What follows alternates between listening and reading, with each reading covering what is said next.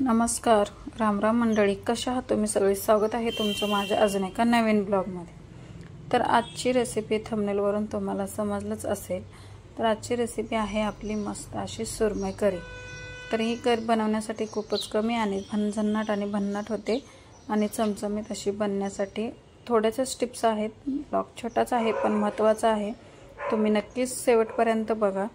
तसं तर असे ही बनवण्यासाठी वेळसुद्धा कमी लागतो आणि तुमच्या घरच्यांना जर आवडत असेल किंवा नसेल तर पण श्रावण महिन्यामध्ये सुद्धा ही रेसिपी आमच्या घरी होते. कारण श्रावण कोणीच पाळलेलं नाही आहे, फक्त मी एकटीने पाळलेला आहे. तर पण चला, आपण जे सांगायचं होतं ते मध्येच राहून जातं आणि विषय भरकटत राहतो. तर अशा पद्धतीची ही सुरमई करी बनवायची आहे आपल्याला. अगदी झन्नाट आणि भन्नाट कमी वेळामध्ये होते. ही तुम्ही भाताबरोबर खाऊ शकता किंवा तांदळाच्या भाकरीबरोबर खाऊ शकता आणि ज्वारी बाजरीच्या भाकरीबरोबर सुद्धा अगदी चवीने खाऊ शकता. इतकी छान आणि मस्त ही लागते आपल्याला. बघू शकता तुम्ही. आता चलाच ना रेसिपीला सुरुवात करूया.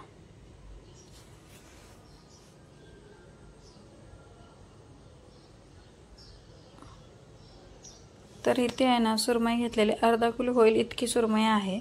ती स्वच्छ चिरून घेतलेली. तर तुम्हाला दिसत असे काप करून घेतलेले आहेत. त्याच्यावरती हळद आणि मीठ लावायचं, लाल तिखट लावायचं मस्त. हे आहे ना आपण शालो फ्राय करणार आहोत. तुम्ही बघितलंच असेल. शालो फ्राय केल्याने काय होतं की जो भाजी त्या सुरमईमध्ये जर कच्चेपणा आहे ना तो वास आहे ना तो निघून जातो. आता इथे मसाला बनवून घेऊया. त्याआधी इथे आहे ना थोडंसं एक चमचाभर डाळवं घेतलेलं आहे आणि त्याच्यामध्येच थोडंसं तेल घेतलेलं आहे. हलकंसं भाजून घ्यायचं. परत आपण असं खोबऱ्याचा काप घ्यायचा. ह्याने भाजल्याने मसाल्याला खूप छान चव येते आणि त्यातला कच्चापणा अजिबात राहत नाही आहे. आता तिथे मोठा स्लाइसमध्ये चिरलेला कांदा घेतलेला आहे. तो सुद्धा तेलावरती किंवा असाच परतवून घ्या. मस्त व्यवस्थित गोल्डन कलर येईपर्यंत कांदा परतवून घ्यायचा. इथे भाजलेले जे जिन्नस आहेत ना ते आपण मिक्सरला लावून घेऊया. त्याच्यामध्ये लसूण घातलेला आहे, कोथिंबीर घातलेले, अद्रकचा एक तुकडा घातलेला आहे. असं बघू शकता तुम्ही. वरून असं मस्त छान हे मसाला आपण वाटण करून घ्यायचं. अगदी बनवायला कमी वेळ लागतो, जास्त असा वेळ लागत नाही. अशा पद्धतीची ही ग्रेव्ही किंवा वाटण आपण तयार करून घेतलेलं आहे. असं बघा. एका कढईमध्ये आता आपण मच्छी जे पीस करून घेतले होते ते आपण शालो फ्राय करून घेऊया. याने तुम्हाला सांगितलं तसं की कच्चेपणा राहत नाही आहे आणि वाससुद्धा येत नाही आहे खाताना. अगदी मुलांना वगैरे आणि चवीलासुद्धा असे फ्राय केल्याने छान. अगदी जास्त करायची गरज नाही आहे. थोडी अशीच आपल्याला ही शॅलो फ्राय करून घ्यायची आहे. ह्याला जे आपण मसाला लावला ना त्याच्यामुळे सुद्धा ह्याला चांगली छान अशी चव येते. बघा अशा पद्धतीने आपण हे मस्त पलटी करून घ्यायची आहे. तर हे काढून घेऊयात आणि आपली फोडणीला सुरुवात करूया. तर जास्तही त्याला करपवायची अशी गरज नाही आहे. सुरमई ना जरी महाग असली ना तरी खायला खूप छान लागते.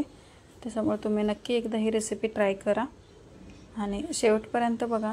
आणि छान वाटली तर मला कमेंट करून सांगा सुद्धा. तर तेच आपण उरलेलं तेल आहे ना तेच आपण दुसऱ्या ज्याच्यात आपण भाजी बनवणार आहोत तेच घेतलेलं आहे. तुम्हाला जर एक्स्ट्रा तेलाची गरज लागली तर तुम्ही एक्स्ट्रा तेलसुद्धा वापरू शकता. असं काहीच नाही. तो आपण मसाला घालायचा आहे. कोणताही तुम्ही काळा मसाला घालायचा आहे. तुमच्याकडे जो पण असेल तो. गरम मसाला घालायचा आहे. मसाले येते ना जास्तीसुद्धा वापरायची येते गरज नाही आहे. तुम्ही मच्छी मसाला वगैरे वापरू शकता असेल तर तुमच्याकडे, नसेल तरीसुद्धा. आता इथे ना 2 कोकमचे तुकडे घालून घेतलेले आहेत. मस्त व्यवस्थित मिक्स करून घेतलेले आहेत आणि जे आपण शोलो फ्राय करून घेतलेली जी मच्छी होती ती आपण याच्यामध्ये घालायची. हलक्या हाताने मच्छी आपल्याला हलवायची आहे. जास्तीचं असं आपण हे करायचं नाही. बघू शकता तुम्ही.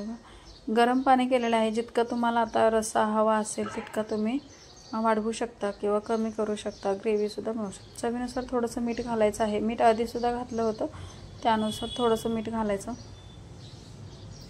तर बघू शकता किती छान अशी तरी आलेली आहे. 2 ते 3 मिनिट याला व्यवस्थित उकळवून घ्यायचं. शिजली जाते रस्सा. मच्छी तर आपण फ्राय केली, जास्त नाही लागत आहे. तर बघा वरून हलकीशी कोथिंबीर घालायची आणि खाण्यासाठी हा आपला रस्सा अगदीच तयार आहे. तुम्ही बघू शकता किती छान तवंगसुद्धा आलेला आहे आणि किती छान दिसताना सुद्धा. बघता क्षणी तोंडाला पाणी सुटेल अगदी अशी आपली ही फिश करी तयार आहे. तर ही फिश करी तुम्ही भाताबरोबर, बाजरीच्या भाकरीबरोबर सुद्धा अगदी चवीने खाऊ शकता. तांदळाच्या भाकरीबरोबर तर भन्नाटच लागते आणि चपातीबरोबर सुद्धा तुम्ही ही ट्राय करू शकता. तर बघा इथे मस्त अशी आपली ही फिश करीची रेसिपी तयार आहे. तर कसा वाटला हा संपूर्ण ब्लॉग, हा व्हिडिओ तुम्ही कमेंट करून नक्की सांगा. चॅनलवर नवीन असाल तर लाईक, शेअर आणि सबस्क्राईब जरूर करा. भेटूया आपण अशाच एका नवीन रेसिपीसोबत. त्यापर्यंत मस्त खा, स्वस्त रहा. बाय.